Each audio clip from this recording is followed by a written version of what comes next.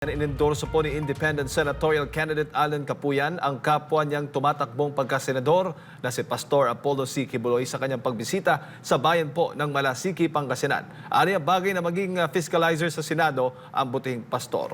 Narito balita ni Vien Vergabiña.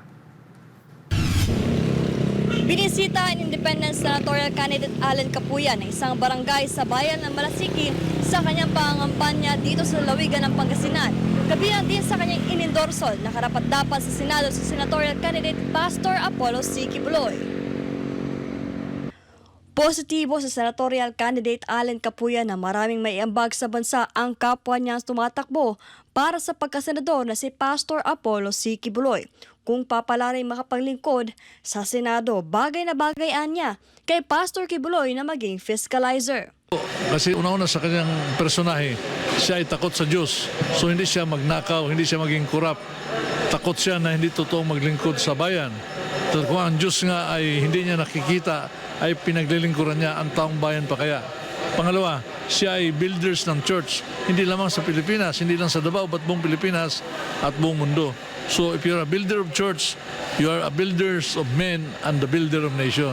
So bagay na bagay siya na maging isang tunay na fiscalizer sa loob ng Senado. Sa kanyang talumpati, idiniin ni Capuyan na gawa-gawa lamang ang lahat ng akusasyon laban kay Pastor Quiboloy at ibinahagi rin ng senatorial candidate ang maigting na pakikipaglaban ng butihing pastor laban sa mga komunistang NPA.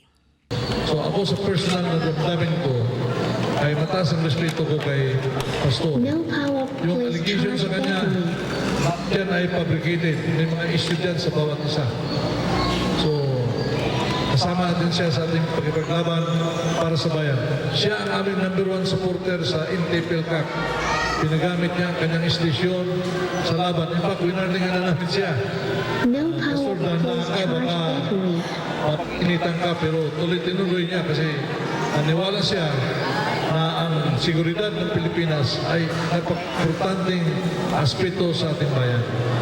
Ibinahagi rin na Capuyan ang ilang batas na gusto niyang isulong na anya ay nakasentro sa pangailangan ng taong bayan.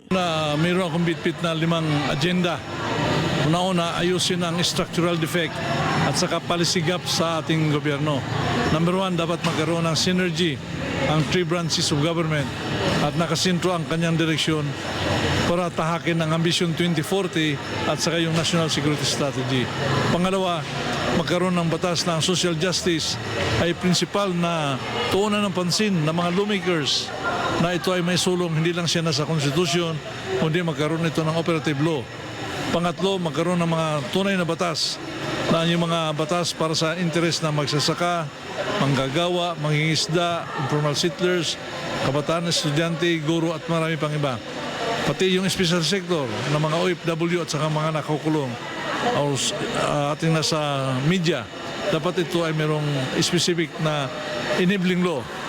Nais din na isulong ni Capuyan ang Filipino core values at Filipino identity para sa tunay na pagkakaisa at ang pagkakaroon ng free wifi sa lahat ng mga Pilipino bilang bahagi ng modernisasyon sa bansa. Kaugnay naman sa nangyaring pag-aresto kay dating Pangulong Rodrigo Duterte, naniniwala si Capuyan na hindi tama ang proseso sa pag-implementa ng batas at tila anya na ulit lamang ang ginawa nila kay Pastor Quiboloy. Nagkaroon din ng pagkakataon na mailinaw ni June Dumlao, coordinator ng Pastor Apollo C. Quiboloy for Senator Movement, ang mga paratang laban sa butihing pastor ay pawang walang katotohanan. Pastor Apollo C. Quiboloy, napapanood po natin na maraming paninira na ginagawa po sa kanya. Siya po ay naakusahan ng rapist. Siya po ay naakusahan na magnanakaw. Maraming negatibong paninira ang sinasabi nila kay Pastor. Mind nyo, mga kabarangay dito sa Barangay Palong, 30 years ko na pong kasama si Pastor. Lahat ng akusasyon na naririnig nyo laban sa kanya, sa social media, sa telebisyon, sa newspaper, yun lahat ay walang katotohanan. Sinong naniniwala, mga kasama, na yun lahat ay pawang mga allegation lamang? Okay. Matapos sa pabisita ng Senator Candidate Alan Capuyan sa Barangay Palong, Balasiki ay dumiretso ito sa bayan ng mga Tarem para magpag-ugnayan sa mga kababayan doon at ibahagi ang kanyang adhikaing sakaling pala rin na maging senador.